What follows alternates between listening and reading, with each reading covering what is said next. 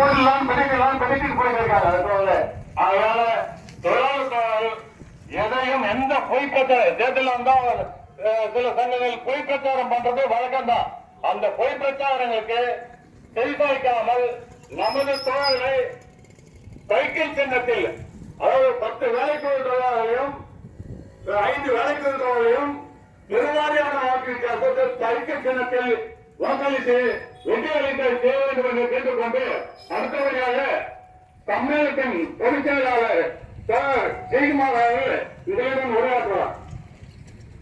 தலைவர், இத்தேர்தல் பிரச்சார கூட்டத்தின் தலைவர் அருமை தோழர் முரளிக்குமார் அவர்களே, ஏஐடிஎஃப் சம்மேளனத்தினுடைய அமைப்பு செயலாளர்கள் தோழர் கிருபானந்தம் அவர்களே, தோழர் சிவகுமார் அவர்களே, சம்மேளனத்தின் தேசிய நிர்வாக குழு உறுப்பினர் தோழர் சந்திரமோகன் அவர்களே, நம்முடைய சங்கத்தினுடைய நிர்வாகிகளை, தேர்தல் களத்தில் நின்று கொண்டிருக்கின்ற நம்முடைய தோழர்களே, எல்லாருமே தோழர்களே, சகோதரர்களே, சகோதரிகளே,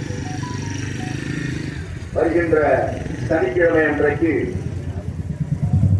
HVM தொழிற்சாலையில் பணிக்குழு தேர்தலும் அதனை ஒட்டி கேண்டீன் மேனேஜிங் கமிட்டி தேர்தலும் நடைபெற உள்ளது.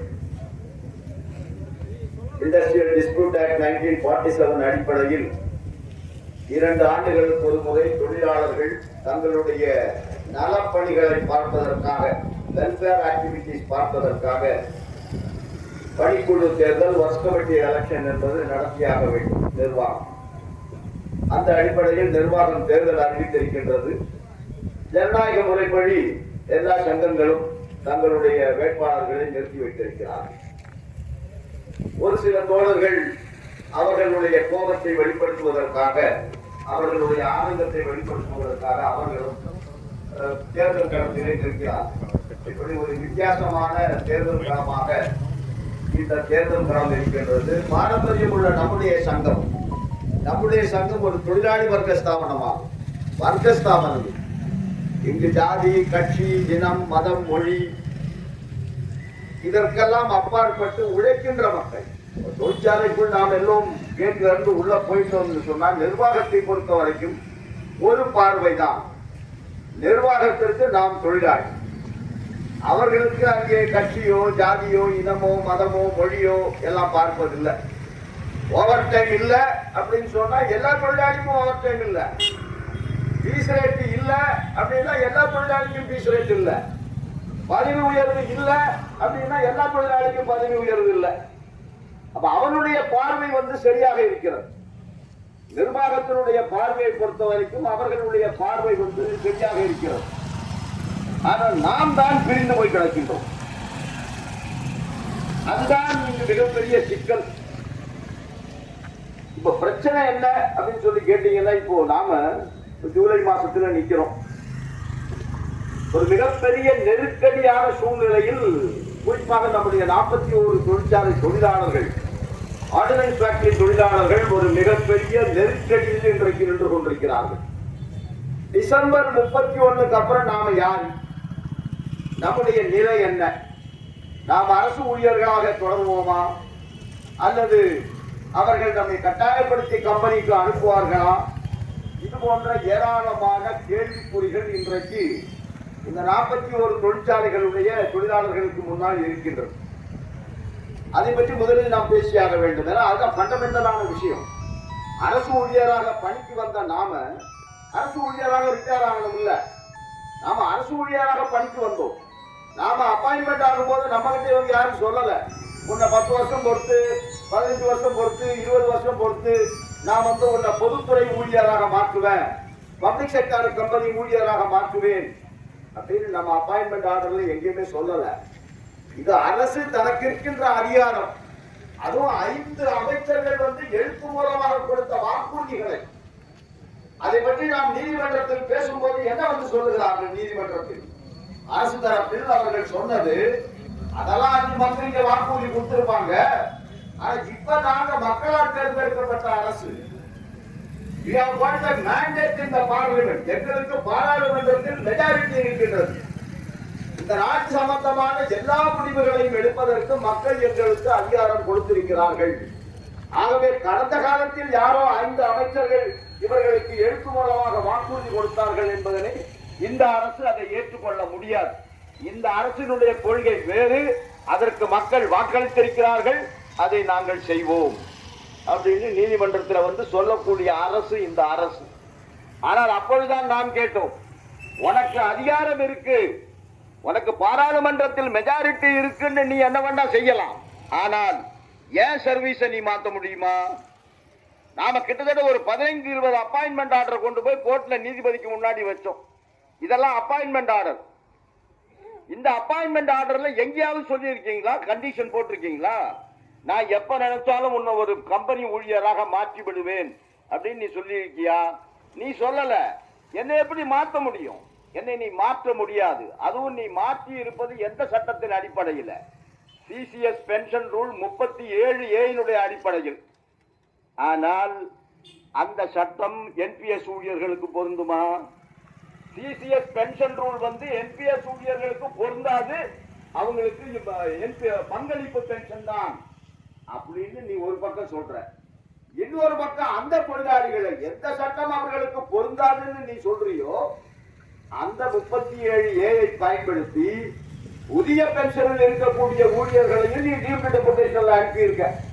இது எப்படி அப்படின்னு கேட்கின்ற பொழுதுதான் அரசுக்கு வேற வழி இல்லாமல் நீதிமன்றத்திலே வாக்குறுதி அளித்தார்கள். நாங்கள் கட்டாயப்படுத்தி யாரையுமே கம்பெனி ஊழியர்களாக மாற்ற மாட்டோம். அவர்கள் விரும்பினால் கம்பெனிக்கு போகலாம். இந்த பாதுகாப்பை தோழர்களே சென்னை நீதிமன்றத்திற்கு சென்று உங்களுக்கு பெற்று தந்தது ஆல் இந்தியா டிஃபென்ஸ் எம்ப்ளாயீஸ். இன்றைக்கு நாம் பாதுகாக்கப்பட்டிருக்கிறோம். ஒரு தொழிலாளியை கூட கட்டாயப்படுத்தி நீ கம்பெனிக்கு போகலன்னா உன்னை வீட்டுக்கு அனுப்பிடுவேன், உன் மீது நடவடிக்கை எடுப்பேன் அப்படின்னு நிர்வாகம் சொல்ல முடியாது. அந்த அளவுக்கு இன்றைக்கு நீதிமன்றத்தின் மூலமாக ஒரு பாதுகாப்பை இன்றைக்கு ஆர்டினன்ஸ் தொழிற்சாலையில் இருக்கக்கூடிய 63,000 ஊழியர்கள் கார்பரேஷனாக மாற்றும் போது 72,000 பேர் இருந்தாங்க. இன்னைக்கு 10,000க்கு மேல ரிட்டையர்மெண்ட் ஆகி 63,000 பேர் தான் இந்த 4 வருடத்தில் இப்ப இருக்கிறோம். அப்ப இவர்களுடைய சர்வீஸ் பாதுகாக்கப்பட வேண்டும் அல்லவா? அதற்காக நீதிமன்றம் சென்று போராடி அந்த பாதுகாப்பை பெற்று தந்தது நம்முடைய சங்கமும் நம்முடைய பெடரேஷன். அதை நாம் மறந்து விடலாமா தோழர்களே? இப்ப என்ன பண்ணியிருக்கு அரசு? எல்லாம் வாட்ஸ்அப் சோசியல் மீடியாவில் பார்த்திருக்கீங்க. அரசு என்ன செய்கிறது? ஒரு கமிட்டி அமைத்திருக்கிறார்கள். அந்த கமிட்டி நம்மோடு பேசுமா? எப்ப நான் உனக்கு கம்பெனிக்கு வந்தா உனக்கு 3 இன்கிரிமெண்ட் தரேன், 4 இன்கிரிமெண்ட் தரேன், கம்பெனிக்கு வந்தா உனக்கு 10 ப்ரமோஷன் தரேன், நீ கம்பெனிக்கு வா அப்படின்னு நம்மோட பேசுமா? நாங்கள் தான் கம்பெனிக்கு வரமாட்டோம்னு சொல்லிட்டோமே. 21ஆம் தேதி கடந்த April 21 joint secretary department of defence production அந்த அம்மா தலைமையில் நடந்த கூட்டத்தில் நாம தெளிவாக சொல்லிட்டோம். நாங்க அரசு ஊழியராக வேலைக்கு வந்தோம்.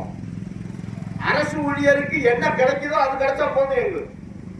உன்னுடைய கம்பெனியில எனக்கு 4 இன்கிரிமெண்ட் 10 இன்கிரிமெண்ட் சம்பளத்துக்கே காசு இல்லையே. ஒரு தொழிற்சாலை தோழர்களே, கிரைடர் இந்தியா லிமிடெட் பாராசூட் ஃபேக்டரி அடுத்த வருஷம் லோடு 1 கோடி ரூபாய் தான். 1 கோடி ரூபாய்க்கு உண்டான ஒர்க் லோடு தான் அந்த தொழிற்சாலை. டிசிஎல் தொழிற்சாலை பக்கத்தில் இருக்கிற ஓசிஎம் கடந்த 3 ஆண்டுகளாக அடிப்படை சம்பளத்திற்கு மாதம் நிர்வாகத்துக்கிட்ட போராட வேண்டிய கட்டாயம். அப்ப இந்த தொழிற்சாலைகளுக்கு எதிராக இருக்கா? இந்த மோடி அரசு இருக்கின்ற வரையில் நிச்சயமாக இல்லை என்பதுதான் அனுபவம். AWE என்று ஒரு குரூப் இருக்கிறது, ஆமாடு advanced weapon and equipment India limited. நம்ம ஜிசிஎஃப், ரைபிள் ஃபேக்டரி, துப்பாக்கி தொழிற்சாலை இதெல்லாம் அதுலதான் வருது. அந்த தொழிற்சாலைக்கு லோன் கிடையாது. அந்த தொழிற்சாலைக்கு லோன் கிடையாது. AK-203 ரைபிள் இந்தோ ரஷ்யா ரைபிள் பிரைவேட் லிமிடெட் அப்படிங்கிற கம்பெனி இன்னைக்கு உற்பத்தி பண்ணி அதை ஆர்மிக்கு சப்ளை பண்ண ஆரம்பிச்சிட்டான். ஆர்எஃப்ஐனுடைய எதிர்காலம் என்ன? எஸ்ஏஎஃபினுடைய எதிர்காலம் என்ன? ஓஎஸ்டியினுடைய எதிர்காலம் என்ன? இன்றைக்கு எல்லா துறைகளும் பாதுகாப்பு தனி உற்பத்தியில் தனியார் வந்தாச்சு. உங்க டேங்க் உற்பத்தி உள்பட நன்மை தோழர்களே, எல்என்டி, மகேந்திரா, டாடா இவர்கள் எல்லோரும் நுழைந்து விட்டார்கள். நமக்கு என்ன எதிர்காலம்? ஏன் கம்பெனிக்கு போக கூடாதுன்னு நாம சொல்றோம்? காரணம் இருக்கு. கம்பெனிக்கு நாம போனால் அந்த கம்பெனி சிக் இண்டஸ்ட்ரியாக மாறிவிட்டால், அந்த கம்பெனி நாளைக்கு மூடிவிட்டால் மாற்று வேலை கொடுப்பதற்கு சட்டம் இல்லை தோழர்களே. மாற்று வேலை கொடுப்பதற்கு பொதுத்துறை நிறுவனங்கள்ல சட்டம் இல்லை. பிஎஸ்என்எல்ல வேலை இல்லை, வருமானம் இல்லைன்னு 80,000 பேர் வந்து வாலண்டரி ரிட்டையர்மெண்ட். ஆனால் நடந்தது கம்பல்சரி ரிட்டையர்மெண்ட். கூப்பிட்டு நீ வீட்டுக்கு போ, உனக்கு வேலை இல்லை. ஏன்? அவங்க பப்ளிக் செக்டாரா மாறுவதற்கு கையெழுத்து போட்டார்கள். நம்மள சொல்ல முடியுமா? நாளைக்கு இந்த கம்பெனியே இல்லை என்றாலும் 1954ஆம் ஆண்டு AIDF நேருவோடு போட்ட ஒப்பந்தத்தின் அடிப்படையில் ஒரு ஊழியரை கூட வீட்டுக்கு அனுப்ப முடியாது. அரசு ஊழியராக இருக்கின்றவரை கவர்மெண்ட் எம்ப்ளாயியா இருந்தால் நம்மள அதிகபட்சமா என்ன பண்ண முடியும்? சர்ப்ளஸ் டிக்ளேர் பண்ண முடியும். சர்ப்ளஸ் டிக்ளேர் பண்ணினால் மாற்று வேலை கொடுக்க வேண்டியது அரசாங்கத்தினுடைய கடமை. பப்ளிக் செக்டார்ல அப்படி ஒரு ப்ரொடெக்ஷன் இருக்கா தோழர்களே நமக்கு? பொதுத்துறை நிறுவனங்களில் அந்த கம்பெனி எத்தனையோ கம்பெனி மோடி வந்து 43 பப்ளிக் செக்டார்ல மூடிட்டார். அதுல வேலை செய்த தொழிலாளர்களுக்கு மாற்று வேலைகள் கொடுக்கப்பட்டதா? செட்டில்மெண்டே ஆகல இன்னும். நாமையே அந்த ஆபத்துல போய் சிக்கணும். அருமை தோழர்களே, நாமையே அந்த ஆபத்துல போய் சிக்கணும். ஆகவேதான் சொன்னோம், எங்களுக்கு தேவையில்லை. 8வது சம்பள கமிஷன்ல என்ன வருதோ எல்லா ஊழியர்களுக்கு என்ன கிடைக்குதோ அது எனக்கும் கிடைக்கும். நான் உன்னுடைய கம்பெனியில் சேர மாட்டேன் அப்படின்னு நாம சொன்ன பிறகும் தடுப்பி போட்டுட்டாங்க. ஆனால் அது ஒரு நல்ல விஷயம் என்னவென்றால் எல்லோரும் ஒன்றாக சேர்ந்துக்கும். அது பாராட்டப்பட வேண்டிய விஷயம். எல்லோரும் ஒன்றாக சேர்ந்து இன்றைக்கு மத்திய அரசுக்கு தெரியப்படுத்திட்டோம். அநேகமாக IOFS ஆபீசர் அசோசியேஷனும் நம்மோடு கையெழுத்து போடுவதில் அவர்களுக்கு அலர்ஜி இருக்கலாம். ஆனால் அவர்களுடைய தலைமையோடு நான் பேசிவிட்டேன். ஓகே, நீங்க ட்ரேட் யூனியன்ஸோட சேர்ந்து ஒரு ஜாயிண்ட் டாக்குமெண்ட்ல கையெழுத்து போடுறதுல உங்களுக்கு அலர்ஜி இருக்கலாம், ஒவ்வாமை இருக்கலாம். ஆனால் நீங்களும் உங்களுடைய லெட்டர் பேட்ல IOFS ஆபீசர் அசோசியேஷனுடைய லெட்டர் பேட்ல you have to give in writing. நீங்களும் எழுத்து மூலமாக கொடுக்க வேண்டும். எங்களுடைய ஒரு அதிகாரி கூட உங்களுடைய கம்பெனிக்கு வரமாட்டார் அப்படின்னு சொல்லி இப்ப கம்பெனியில சேர்த்தவங்க கொஞ்சம் பேர் இருக்காங்க, கவலைப்பட்டுக் கொண்டிருக்கிறார்கள். முதல்ல முகர்ஜி உங்க டைரக்டர் ஆபரேஷன் தான் கம்பெனி ஊழியரா வந்தார். ஃபர்ஸ்ட் எம்ப்ளாயி ஆர்டினன்ஸ் ஃபேக்டரியில அரசு வேலையை ராஜினாமா செய்துவிட்டு கம்பெனிக்குள்ள வந்தார். வந்த உடனேயே முதல் தாக்குதல் என்ன? உன் பென்ஷனுக்கு டிஏ இல்லைன்னு சொல்லியாச்சு. நீ இங்க டிஏ வாங்குவதனால் அங்க வாங்குற பென்ஷனுக்கு உனக்கு டிஏ இல்ல அப்படின்னு டிஏ நிறுத்தியாச்சு. இப்ப ஒரு கம்பெனி மூட போகுதுன்னு சொல்றாங்க ஜிஏங்க, அல்லது டிசிஎலோட மறுபடி பண்ணிடுவாங்கன்னு சொல்றாங்க. இன்னும் 5 வருஷம் 10 வருஷம் சர்வீஸ் உள்ள ஒருத்தர் இப்ப அந்த சிஎம்பியா இருக்க வேலையை ராஜினாமா பண்ணிட்டு ஓபிஎஃப்ல ஜனமேஜரா இருந்தவர் அவருடைய வேலையை ரிசைன் பண்ணி அந்த கம்பெனியில சிஎம்பியா போய் சேர்ந்துட்டார். இப்ப அந்த கம்பெனி டிசிஎல் மர்ஜ் ஆகும் போது அவருடைய எதிர்காலம் என்ன? அவர் சிஎம்பியா இங்க இருக்க முடியுமா? அவரை விட சீனியர் இங்க சிஎம்பியா இருக்கார். இப்போ அந்த சிக்கல் இதையெல்லாம் விட தோழர்களே, உங்களுக்கு நிறைய பேருக்கு தெரியாத ஒரு விஷயம் இருக்கு. பிஎஸ்என்எல் வந்து கார்பரேஷனாக மாறும்போது அப்ப கொண்டு வந்ததான் இந்த 37A சிசிஎஸ் பென்ஷன் ரூல்ல அவர்கள் போராடி வந்ததுதான் இந்த 37A. அதனால்தான் அந்த பென்ஷனுக்கு பாதுகாப்பு இருக்கு. அது கூட என்பிஎஸ் போடுறவங்களுக்கு ஒரு பாதுகாப்பும் இல்லை. ஏதோ அந்த பழைய பென்ஷன்ல இருக்கிறவங்களுக்கு அந்த பாதுகாப்பு இருக்கு. நீங்க ரிசைன்மெண்ட் போனாலும் இந்த பென்ஷன் உனக்கு கிடைக்கும் அப்படிங்கிறது. அதுல என்ன ஆச்சு? பிஎஸ்என்எல்ல வந்து அவங்க எல்லாரும் ஒட்டுமொத்தமா போய் சேர்ந்துட்டாங்க. நம்ம கையெழுத்து போடலாம், அவங்க கையெழுத்து போட்டாங்க, போய் சேர்ந்துட்டாங்க. ஒரு தொழிலாளி பிஎஸ்என்எல்ல போன பிறகு ஏதோ ஒரு தவறு பண்ணாரு. அது நம்மள மாதிரி தொழிற்சங்க தலைவர்னா எப்ப வேணா பணி வாங்குவோம். டிஸ்மிஸ் பண்ணியாச்சு. அவர் பென்ஷன் கிளைம் பண்றாரு. நான் அங்க 25 வருஷம் கவர்மெண்ட் வேலை செஞ்சுட்டு ராஜினாமா பண்ணிட்டு தான் இங்க வந்தேன். எனக்கு அந்த பென்ஷன் வேணும். அந்த பென்ஷன் உனக்கு கொடுக்க முடியாது அப்படின்னாச்சு. அந்த பென்ஷன் உனக்கு கிடையாது. ஏன்னா நீ கம்பெனி ஊழியர் ஆகிட்ட உனக்கு இல்ல, நீ டிஸ்மிஸ் செய்யப்பட்டாச்சு. டிஸ்மிஸ் பண்ண ஆளுக்கு பென்ஷன் இல்லை அப்படின்ட்டான். அப்புறம் நம்ம போராடணும். நேஷனல் கவுன்சில் ஜேசிஎம்ல அந்த பிரச்சனையை எடுத்து போராடி அதற்கு ஒரு பாதுகாப்பை பெற்றோம். என்ன பாதுகாப்பு? அரசு ஊழியராக இருந்து அவருடைய டிபார்ட்மெண்ட் அரசு வந்து கம்பெனியாக மாற்றினாலும் இங்கு அவருடைய பென்ஷன் பாதுகாக்கப்படும். அங்க போய் டிஸ்மிஸ் ஆனாலும் இங்கு அவர் ஹானரரியாக கௌரவமாக 20-25 ஆண்டுகள் பணிபுரிந்திருக்கின்ற காரணத்தினால் அந்த காலகட்டத்திற்குள்ள பென்ஷன் பாதுகாக்கப்படும் அப்படின்னு ஃபைட் பண்ணி அந்த ஆர்டர் வெளியிடப்பட்டது. 37A அதையும் கொண்டு வந்து நம்ம சேர்த்தோம். ஒருவேளை கம்பெனியில போய் கம்பெனியில டிஸ்மிஸ் ஆனாலும் அந்த பென்ஷன் பாதுகாக்கப்படும். ஒரு 2 மாசத்துக்கு முன்னாடி பாத்தீங்கன்னா சைலண்டா ஒரு ஆர்டர் இஷ்யூ பண்ணிட்டான், அந்த ப்ரொவிஷன் விட்றான். இனிமே நீ இங்க 25 ஆண்டுகள் சர்வீஸ் பண்ணி ராஜினாமா பண்ணி நீ அங்க போய் கம்பெனி ஊழியரா சேர்ந்து அங்க உன்னை டிஸ்மிஸ் பண்ணால் இந்த பென்ஷனும் உனக்கு கிடைக்காதுன்னு ஆர்டர் கொண்டு வந்தான். இவ்வளவு ஆபத்துகள் நமக்கு இருக்கும்போது தோழர்களே, நாம எதுக்கு இந்த கம்பெனியில போய் சேரணும்? இந்த கம்பெனியில போய் நாம சேரக்கூடாது. அதை தெளிவான நிலைப்பாடு எடுத்திருக்கிறோம். கம்பெனியில் சேருவது சம்பந்தமாக நீ எந்த பேச்சுவார்த்தைக்கு அழைத்தாலும் நாங்கள் வரமாட்டோம். பிரசார் பாரதி எப்படி ஆல் இந்தியா ரேடியோவும் தூர்தர்ஷனும் பிரசார் பாரதியாக மெர்ஜ் பண்ணி நீ நாடாளுமன்றத்தில் ஒரு சட்டம் நிறைவேற்றினாய். The Indian Broadcasting Corporation Limited Act வெப்சைட்ல இருக்கு, நீங்க போய் டவுன்லோட் பண்ணி பாருங்க. அதுல தெளிவாக எழுதப்பட்டிருக்கு. இந்த சட்டம் ஜனாதிபதியின் ஒப்புதலை பெற்று இது அரசு சான்றிதழில் வெளியிடுகின்ற நாளில் ஆல் இந்தியா ரேடியோவிலும் தூர்தர்ஷனிலும் யாரெல்லாம் அரசு ஊழியர்களாக இருந்தார்களோ அவர்கள் பிரசார் பாரதி கம்பெனியில் கார்பரேஷனில் ரிட்டையர் ஆகின்ற வரையில் அரசு ஊழியர்களாகவே இருப்பார். அப்ப நீ அரசாங்கம் என்பது ஒண்ணுதானே. ஒரு பகுதி ஊழியர்களை கார்பரேஷனாக மாற்றிட்ட பிறகு அவர்கள் ரிட்டையர் ஆகின்ற வரையில் அரசு ஊழியர்களாக இருக்கலாம் அப்படின்னு நீ ஆர்டர் போட்டிருக்க. அந்த ஆர்டர் இவங்களுக்கும் போடணும் இல்ல, ஆர்டினன்ஸ் ஃபேக்டரி தொழிலாளிக்கும் போடணுமா வேண்டாமா? அப்ப நம்ம பக்கம் நியாயம் இருக்கிற தோழர்களே, அந்த நியாயத்திற்காகத்தான் போராடுகிறோம்.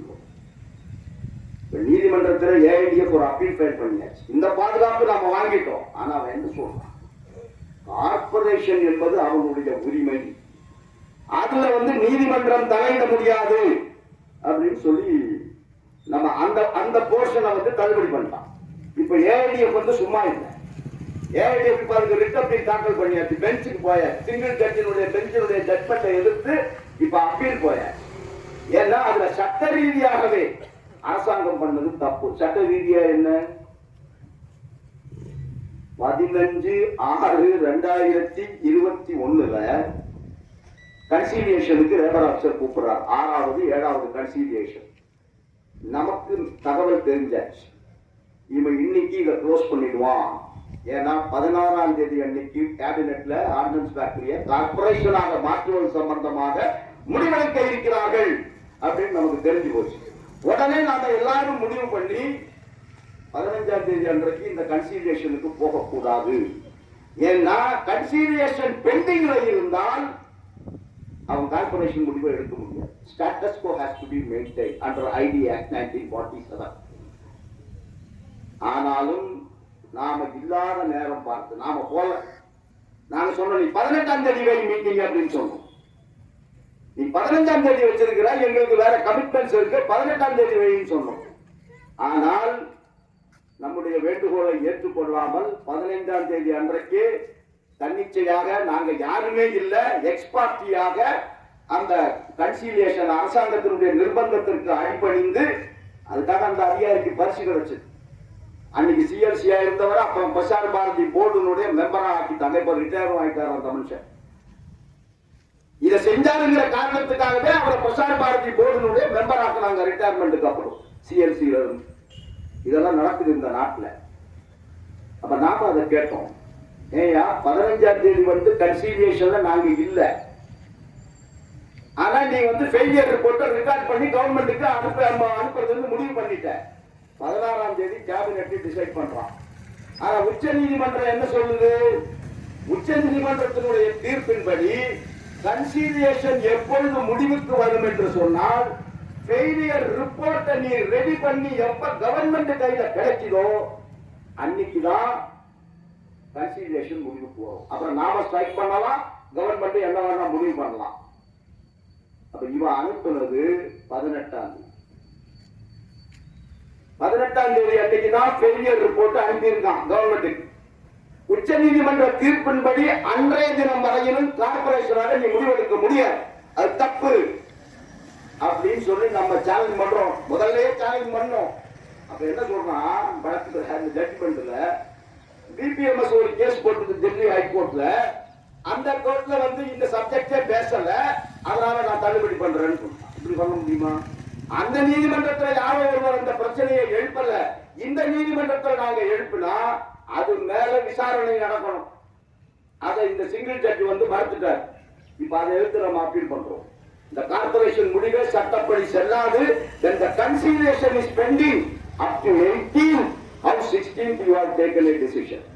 இப்ப அது அப்பீல் ஃபைல் பண்றோம். நம்ம எதுக்காக சொல்ல வரேன்னு சொன்னா தோழர்களே, ஏஐடிஎஃப் சம்மேளனம் வந்து உங்களுடைய சம்மேளனம், HVF எம்ப்ளாயிஸ் யூனியன் வந்து உங்களுடைய சங்கம். அடுத்து நம்முடைய கோரிக்கை என்ன? உங்க அத்தனை பேரையும் நான் வாழ்த்துகிறேன். நீங்க யாரும் யூபிஎஸ்க்கு ஆப்ஷன் கொடுக்க கூடாது. எப்படி கார்பரேஷனுக்கு ஆப்ஷன் கொடுக்கலையோ அதே மாதிரி யூபிஎஸ்க்கு நம்ம ஆப்ஷன் கொடுக்க கூடாது. ஏன் கொடுக்க கூடாது? With lot of answer. யூபிஎஸ்ல வந்து நம்ம ஒரு ஆள் தான் பாய்காட் பண்ணணும், நம்ம மட்டும்தான் போகல. பிரதமர் கூப்பிட்டு அந்த 24ஆம் தேதி ஆகஸ்ட்ல அவர் என்ன சொல்றாரு? உங்களுக்கு மினிமம் பென்ஷன் கிடைக்கும், உங்களுக்கு டிஏ கிடைக்கும், உங்களுக்கு ஃபேமிலி பென்ஷன் கிடைக்கும், உங்களுக்கு கேரண்டி பென்ஷன் கிடைக்கும். இப்ப எதுவுமே கிடைக்கிறது இல்லைன்னு ஆகி போச்சு அந்த ஆர்டர் வந்த பிறகு. நான் ஒரு 10 நாளுக்கு முன்னாடி டேராடூன்ல கேட் மீட்டிங் பேசிட்டு இருக்கிறோம். இதே மாதிரி பேசி முடிஞ்ச உடனே ஒரு எக்ஸ் சர்வீஸ் மேன் வர. இந்த வேடிக்கை என்னன்னு கேட்டீங்கன்னா 10,000 பேர் தான் இது வரைக்கும் ஆப்ஷனே கொடுத்துருக்காங்க. 20 லட்சம் பேர் இருக்காங்க என்பிஎஸ் ஊழியர்கள் மத்திய அரசுல. ஆப்ஷன் கொடுத்தவங்க எவ்வளவு பேரு? வெறும் 10,000 பேர். அந்த 10,000த்துல வந்து 9,000 பேர் யாருன்னு கேட்டீங்கன்னா எக்ஸ் சர்வீஸ் மேன். அவங்களுக்கு ஒரு நம்பிக்கையில தவறு செய்து விட்டாங்க. அப்படி கொடுத்த ஒரு எக்ஸ் சர்வீஸ் மேன் தான் வந்தார். அவர் அந்த மாசம் ரிட்டையர்ட். அவரை கூப்பிட்டு சொல்லிட்டாங்க. அவர் எதுக்காக ஆப்ஷன் கொடுத்தாரு உங்களுக்கு தெரியும். எக்ஸ் சர்வீஸ் மேன் சொன்னாலே எவ்வளவு சர்வீஸ் பண்ணுவாங்க? 13 வருஷம், 14 வருஷம், 15 வருஷம். அதுக்கு மேல எக்ஸ் சர்வீஸ் மேனுக்கு சர்வீஸ் அங்க இருக்கு. ஏன்னா அங்க ரிட்டையர்மெண்ட் எடுத்து வரும்போது 40 வயசு ஆயிடும், 40, 42. அதுக்கப்புறம் 2-3 வருஷத்துக்கு அப்புறம் தான் வேலையே கிடைக்கும் எக்ஸ் சர்வீஸ் மேன் கோட்டாவில். அப்ப அவருக்கு மீதி சர்வீஸ் எவ்வளவு இருக்கு? 12 வருஷம், 13 வருஷம், 14 வருஷம், இவ்வளவுதான் இருக்கு. அவர் என்ன நினைச்சாரு? அவருக்கு ஏற்கனவே ஓல்டு பென்ஷன் இருக்கு. Ex service man is entitled for old pension, அவர் வாங்கிட்டு இருக்காரு. சரி, இதுலயும் ஒரு கேரண்டியான பென்ஷன் கிடைக்குமே அப்படின்னு ஆப்ஷன் கொடுத்துட்டாரு. 10,000 ரூபாய் மினிமம் பென்ஷன் கிடைக்கும்னு கொடுத்துட்டாரு. அங்க போய் பென்ஷன் கிளைம் பண்ணும் போது உனக்கு 10,000 கிடைக்காது யூபிஎஸ்ல. ஏன் சார் கிடைக்காதுன்னு எஸ்டாபிளிஷ்மெண்ட் ஆபீசரை கேட்டா, நீ 25 வருஷம் சர்வீஸ் பண்ணாதான் அந்த 10,000 உனக்கு கிடைக்கும். நீ 14 வருஷம் தான் சர்வீஸ் பண்ணிருக்க, அவங்க விகிதாச்சாரத்தின்படி உனக்கு 4,000 தான் கிடைக்கும். 4,000 தான் கிடைக்கும். உன் பணமும் அரசாங்கத்துக்கு போயிடும். யார் சேருவார்கள் இந்த யூபிஎஸ்ஸில்? ஆகவேதான் அரசு அவங்க மீது கொஞ்சம் பேர் இருக்காங்க. அது கொஞ்சம் புத்திசாலித்தனமா என்ன பண்ணிருக்காங்க? ஹஸ்பண்ட் ஒய்ஃப் 2 பேருமே சென்ட்ரல் கவர்மெண்ட் இருப்பாங்க. ஏன்னா நான் ரொம்ப டீப்பா போய் ஸ்டடி பண்ணேன். எவ்வளவு பேர் தான் ஆப்ஷன் கொடுத்துருக்காங்க, எதுக்காக கொடுத்துருக்காங்க?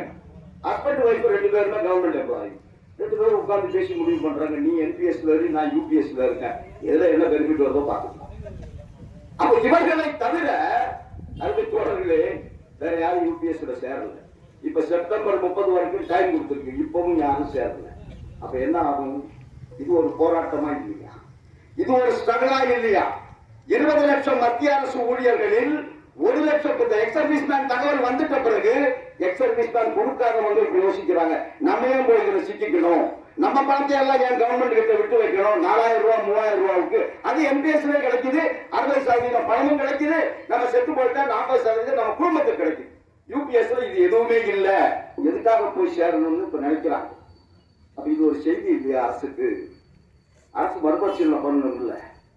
ரெண்டாவது நாம என்பிஎஸ்ல இருந்தா தானே தோழர்களை ஓபிஎஸ்க்காக நம்மளுடைய கிளைமே இருக்கு.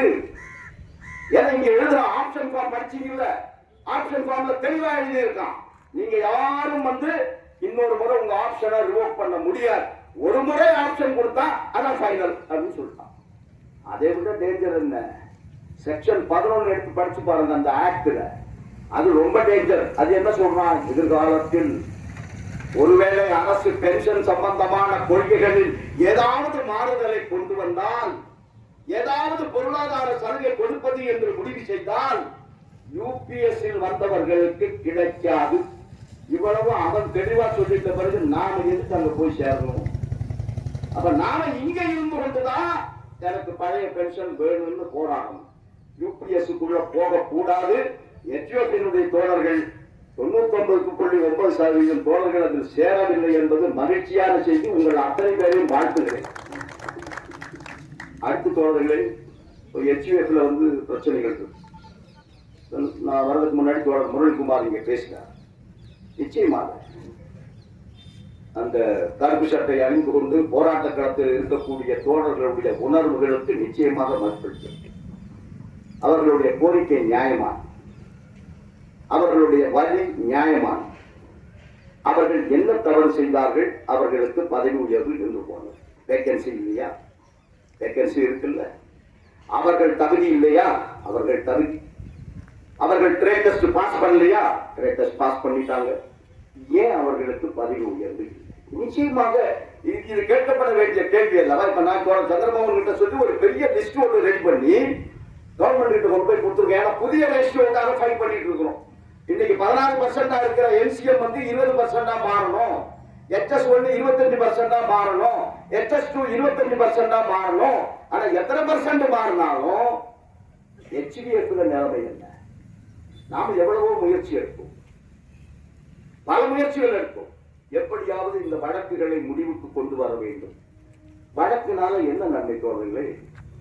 வழக்கு போனவங்களுக்கும் ப்ரமோஷன் கிடைக்கிறது இல்லை. யாரை எடுத்து வழக்கு போட்டிருக்கிறார்களோ அவர்களுக்கும் பதவி உயர்வு கிடைக்கல. நாம இத்தனைக்கு ஜேசிஎம்ல சஜஸ்ட் பண்ணோம். Subject to the outcome of the judgement. கோர்ட்ல போய் ஒரு பெர்மிஷன் வாங்கிட்டு வா. உச்ச நீதிமன்றமே என்ன சொல்லி இருக்கு? மெரிட் நான் மெரிட் இது சம்பந்தமான வழக்கில் உச்ச நீதிமன்றத்தில் இன்னும் நிலுவையில் இருக்கு வழக்கு. இந்த நிமிஷம் வரைக்கும் நிலுவையில் இருக்கு. ஏன்னா அதுல வந்து கம்யூனிட்டியினுடைய பாப்புலேஷனை குவான்டிஃபை பண்ணல. இப்படி ஏகப்பட்ட அரசியல் அமைப்பு சட்ட சிக்கல்கள் எல்லாம் அங்க இருக்கு. ஆனாலும் உச்ச நீதிமன்றம் என்ன சொல்லியது? This will not be a bar for promotion. இங்கு இந்த வழக்கு நிலுவையில இருக்கு. பதவி உயர்வு சம்பந்தமாக, ரிசர்வேஷன் சம்பந்தமாக, மெரிட் நோ மெரிட் இது ஒட்டுமொத்தமாக உச்ச நீதிமன்றம் பரிசீலனை செய்து கொண்டிருக்கிறது. ஆனால் அந்த பரிசீலனை இருக்குங்கிற காரணத்தை காட்டி பதவி உயர்வை நிறுத்தக்கூடாதுன்னு சொல்லி இன்னைக்கு எங்க பதவி உயர்வு நடக்கல? HDF தவிர இந்தியா மொத்தம் நடக்குது. எல்லா துறைகளிலும் நடக்குது. ரிசர்வேஷன் என்பது HDFக்கு மட்டுமல்ல. ரிசர்வேஷன் என்பது ஒட்டுமொத்தமாக இந்திய அரசியலமைப்பு சட்டத்தின்படி உள்ள ஒரு பாதுகாப்பு. அது அரசு ஊழியர்கள் எல்லோருக்குமே பொருந்தும். ஆனால் எங்கேயுமே பதவி உயர்வு நிறுத்தப்படல. இங்கு பதவி உயர்வு நிறுத்தப்பட்டிருக்கு. இதற்கு தீர்வு வேண்டுமா வேண்டாமா? நிர்வாகம் சுலபமாக என்ன தப்பித்துக் கொள்ளுகிறது? Matter is sub judice. Status quo maintain பண்ணுன்னு சென்னை உயர்நீதிமன்றம் சொல்லியாச்சு. ஆகவே நாங்க பதவி உயர்வு கொடுக்க முடியாது. நாம கடைசியாக சிஎம்டி கிட்ட போய் சந்திச்சு பேசணும். நானு சம்மேளனத்தினுடைய தலைவர் பாட்டக் எல்லாரும் இருந்தாங்க. தோழர்கள் கிருபானந்தம் எல்லாரும் இருந்தாங்க. HUF சங்கத்தினுடைய அனைத்து தலைவர்களும் எல்லாரையும் அழைத்து கொண்டு போய் சிஎம்டி கிட்ட பேசணும்.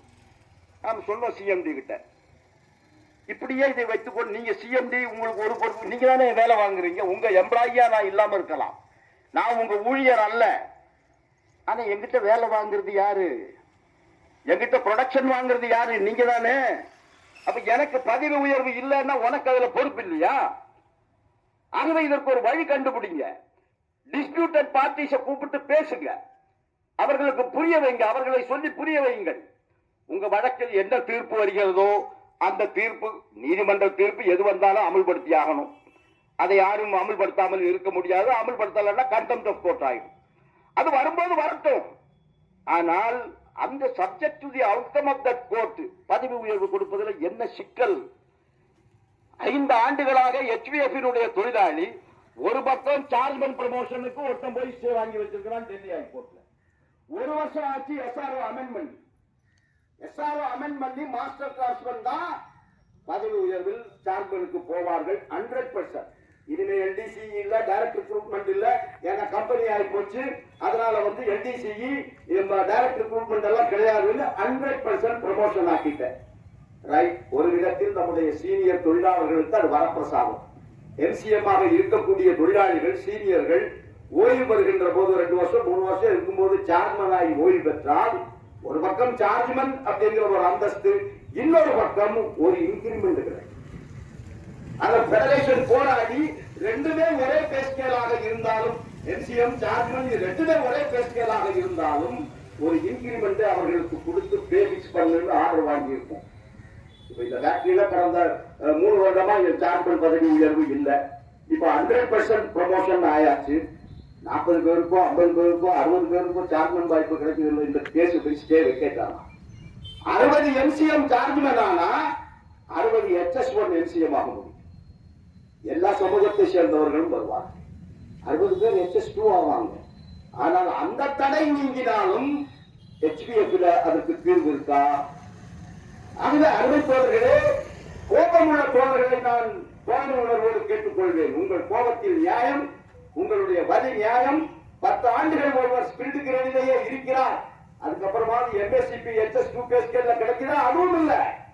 இந்த அரசாங்கத்தில் 10 ஆண்டுகளுக்கு பிறகு MSCP என்பது நமக்கு சம்பந்தம் இல்லாத கிரேட்ல கொடுக்குறோம்.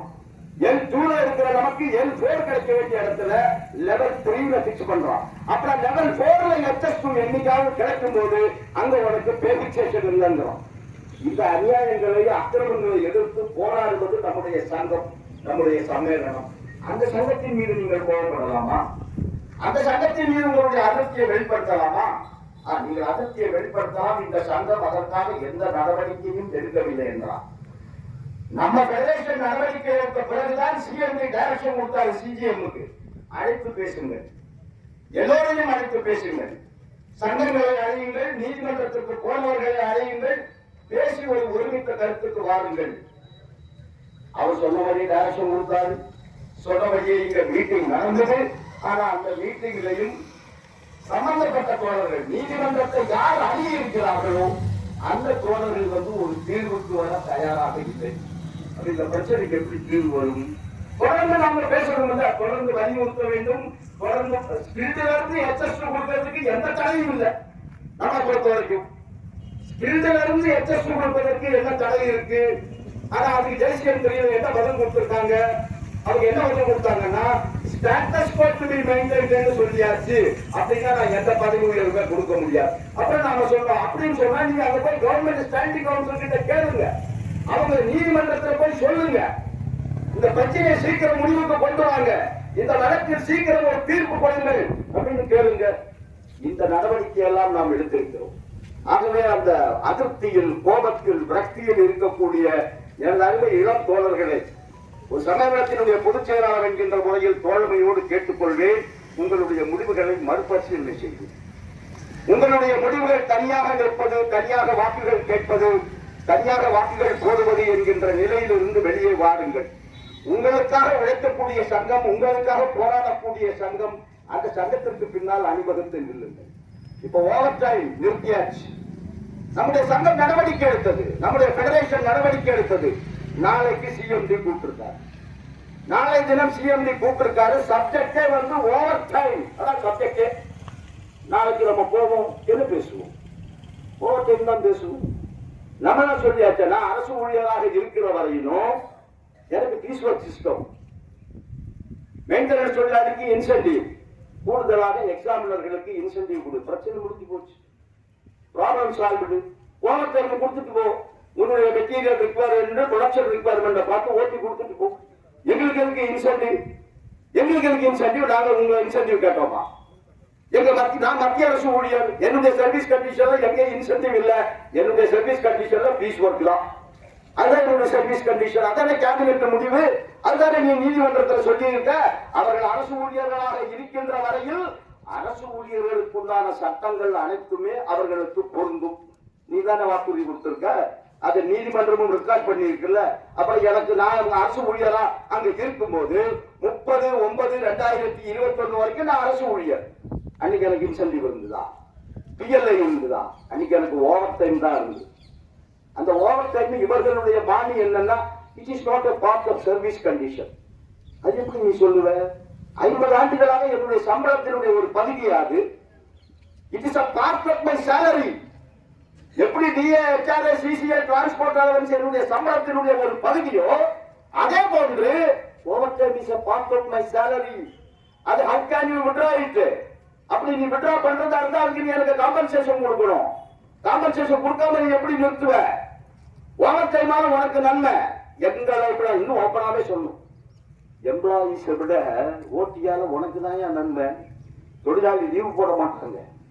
1000 பிரச்சனை இருந்தாலும் பாவம் வருவாய் அதற்காக வந்து விடுவார்கள். உனக்கு அட்டெண்டன்ஸ் மெயின்டைன் ஆகும், உனக்கு ப்ரொடக்டிவிட்டி இன்க்ரீஸ் ஆகும், இன்புட் அவர்ஸ் ஜாஸ்தி வரும். அந்த இன்புட் அவர்ஸுக்கான பீஸ் ஒர்க் அவர்கள் உற்பத்தி செய்து கொடுப்பார்கள். எங்களை விட லாபம் உனக்கு தான் அதிகம். ஆகவே ஓட்டி கொடுப்பது நஷ்டம் என்று சொன்னால் எம்என்எல் தொழிற்சாலைகள் எப்படி ஓட்டி கொடுக்கிறாங்க?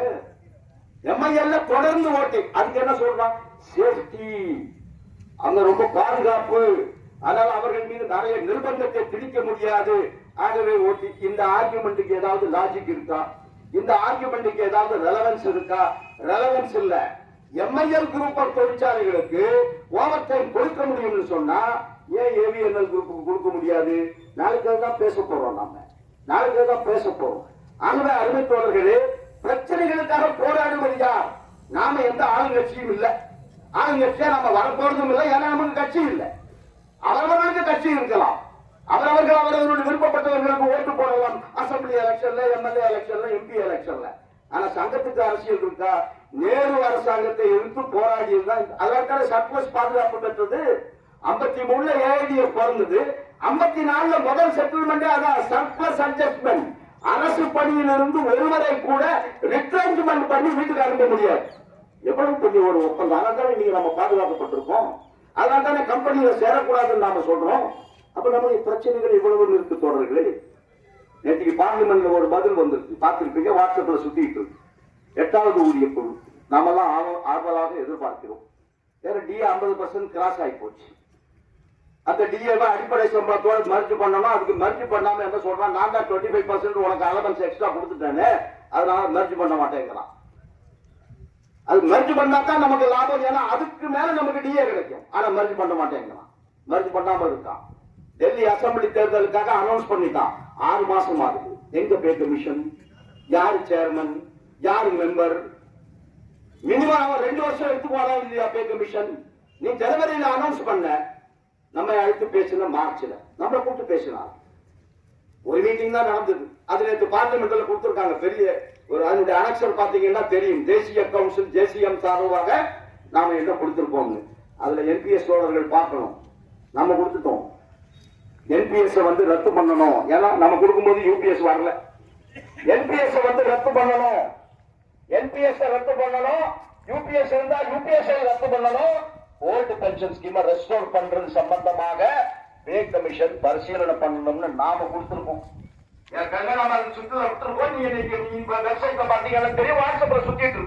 நேற்றைக்கு பாராளுமன்றத்தில் கொடுத்த பதில்ல நேஷனல் கவுன்சில் ஜேசிஎம் சார்பாக நாம என்ன எழுதி கொடுத்தோமோ அது அப்படியே போட்டாச்சு.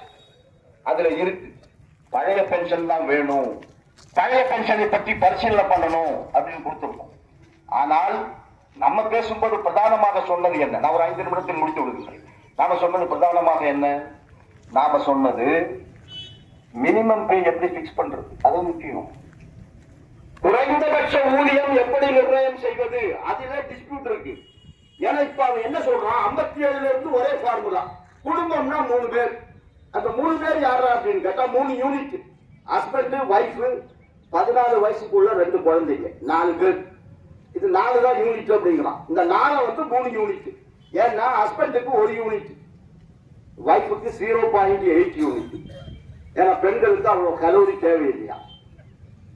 பெண்கள் தானே டபுள் வேலை செய்யறாங்க. ஆபீஸ்லயும் வேலை செய்யறாங்க, வீட்லயும் வேலை செய்யறாங்க. நம்ம கூட நம்ம கேட்டா என்ன சொன்னோம்? வீட்டுல உங்க ஒய்ஃப் என்னங்க பண்றாங்க? வீட்டுல சும்மா இருக்காங்க. வீட்டுல சும்மாவா இருக்காங்க? வீட்டுல சும்மா இருந்தா சாப்பாடு யார் போடுறா, துணி யார் துவைக்கிறா, வீடு யார் கிளீன் பண்றா, முனிசிபாலிட்டியில போய் டாக்ஸி யார் பே பண்றா? நம்ம தான் வேலைக்கு வந்துடுறோம். அந்த பெண்களுக்கு 0.8 யூனிட்.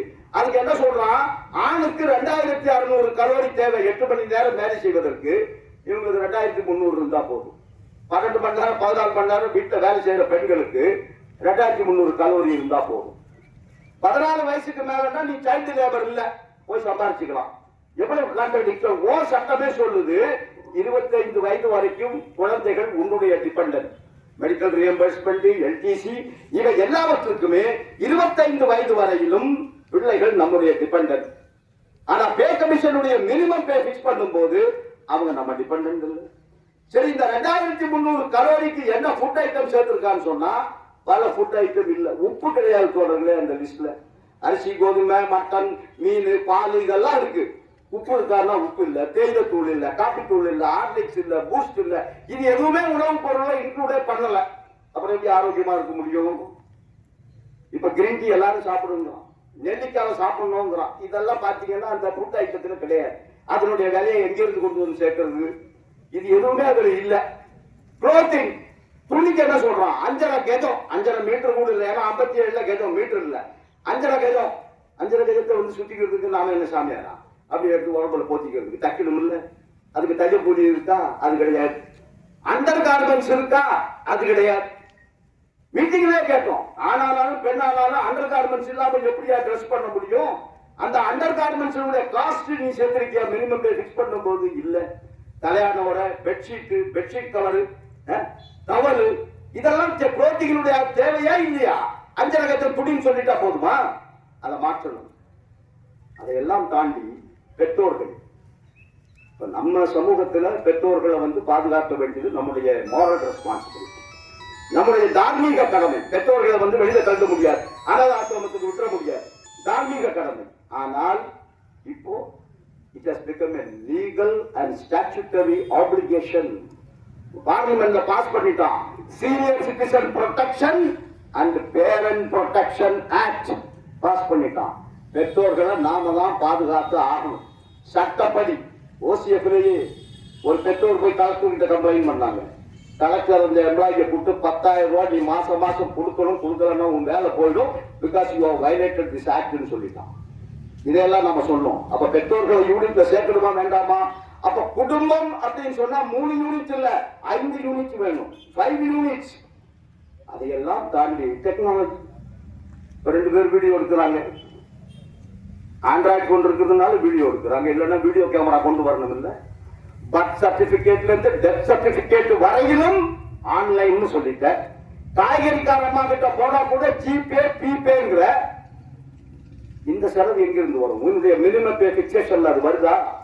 Technological requirement. எல்கேஜியில இருந்து இன்றைக்கு குழந்தைகளுக்கு ஆன்லைன் தேவை, கம்ப்யூட்டர் தேவை, லேப்டாப் தேவை, நோட் புக் தேவை, ஐபேட் தேவை, எல்லாம் தேவை. ஆனா அது மினிமம் பே பிக்ஸ் பண்ணும்போது வருதா? வரல. அந்த செலவை யார் கொடுப்பது? அந்த செலவை யார் ஈடுகட்டுவது? இதையெல்லாம் மினிமம் பே நிர்ணயம் செய்யும் போது சேர்க்கணும். சில்ட்ரன் எஜுகேஷன் அலவன்ஸ் 12 வகுப்புக்கு மேல இல்ல. 12 படிச்சா வேலை இருக்கா? 12 படிச்சா உத்தியோகம் இருக்கா இந்த நாட்டுல? கிடையாது. அப்ப professional course, BTech, MTech, post graduation வரையிலுமாவது சில்ட்ரன் எஜுகேஷன் அலவன்ஸ் கொடுத்தாங்க. இந்த பிரச்சனைகளுக்காக எல்லாம் நாம போராடி கொண்டிருக்கின்றோம். அருமை தோழர்களே, இப்ப போராடுகின்ற சங்கம் இது ஒரு தேர்தல். மற்ற சங்கங்களுக்கு நமக்கும் இடையில் இருக்கக்கூடிய தேர்தலாக இருந்தாலும் இது ஒரு போராட்ட களம். இந்த போராட்ட களத்தில் சிலர் சொன்னார், பொய் சொல்லி எல்லாம் ஓட்டு கேட்கறது நம்ம வேலை இல்லை. இப்ப மெம்பர்ஷிப் வெரிஃபிகேஷன் நடக்கும் போது இங்கு ஒரு சில சங்கங்கள் என்பிஎஸ் தோழர்கள் சொன்னார்கள், உங்களுக்கு நாங்க ஓல்டு பென்ஷன் வாங்கி கொடுத்துருவோம், எங்களுக்கு நீங்க வெரிஃபிகேஷன்ல ஓட்டு போடுங்க. தோழர்கள் நம்பி ஓட்டு போட்டார்கள். நம்முடைய சங்க உறுப்பினர்களே கூட போட்டார்கள். ஆனால் ஓபிஎஸ் வந்துதா? அப்படி போய் சொல்லலாமா? இது அரசியலா? 5 வருஷத்துக்கு ஒரு முறை வந்து ஓட்டு கேட்கறதுக்கு தொழிலாளியை அன்றாடம் சந்திக்கணும், தினமும் தொழிலாளியை சந்திக்க வேண்டும். அப்படி சந்திக்கின்ற சங்கம் போராடுகின்ற சங்கமாக இருக்க வேண்டும். எந்த ஆட்சி அதிகாரத்தில் இருந்தாலும் தொழிலாளிக்கு எதிரான நிலைப்பாடு அவர்கள் எடுக்கிறார்கள் என்று சொன்னால் அதை எதிர்த்து நின்று நாம போராடணும். எந்த ஆட்சி இருந்தாலும் கவலை இல்லை, எந்த நிர்வாகம் இருந்தாலும் கவலை இல்லை. அந்த நிலைப்பாட்டோடு இருப்பது அருமை தோழர்களே உங்கள் அத்தனை பேருக்கும் தெரியும், செங்கொடி சங்கம் தான் நம்முடைய சங்கம், நம்முடைய பெடரேஷன். அப்ப அந்த 15 தோழர்களுக்கும் உழைப்பினுடைய சின்னம், உரிமையின் சின்னம், நியாயத்தின் சின்னம், என்றைக்கும் மாறாத சின்னம் சைக்கிள் சின்னம். அதற்கு நம்ம பேனல் ஓட்டுகளாக போட வேண்டாமா தோழர்களே? நம்ம ஒவ்வொருவருடைய கடமை அல்லவா? நம்ம ஒவ்வொருவருடைய கடமை. இந்த 15 வாக்குகளும் படிப்புகளிலே 10 தோழர்கள், படிப்புகள் நம்முடைய தோழர்கள் சாதித்த சாதனை எல்லாம் சங்கம் நோட்டீஸாக நேற்றைக்கு போட்டிருக்கிறது. தொடர்ந்து உங்கள் மத்தியிலே அவர்கள் பேசுவார்கள். நான் இந்த சப்ஜெக்டுக்கு போகலை, ஏன்னா அதனுடைய பலன்களை நீங்கள் நேரடியாக பெற்றவர்கள். விலைவாசிகள் ஏராளமாக உயர்ந்து விட்டது. நிர்வாகம் தலைகீழ் நின்றது. கேண்டீன் உணவினுடைய விலைகளை எல்லாம் உயர்த்த வேண்டும் என்று சொல்லி தடுத்து நிறுத்தி இருக்கிறோம்.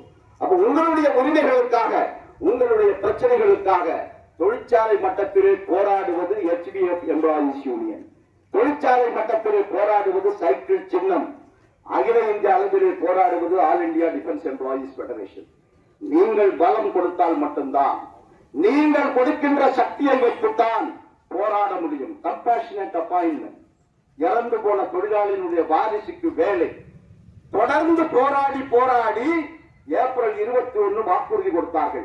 ஒரு மாதத்திற்குள் உத்தரவு வெளியிடுகிறோம் என்று. 2 மாதம் ஆகிவிட்டது. வெளியிட்டிருக்கிறதா இந்த அரசு? அப்ப இது மோசமான அரசு, இது தொழிலாளர் விரோத அரசு.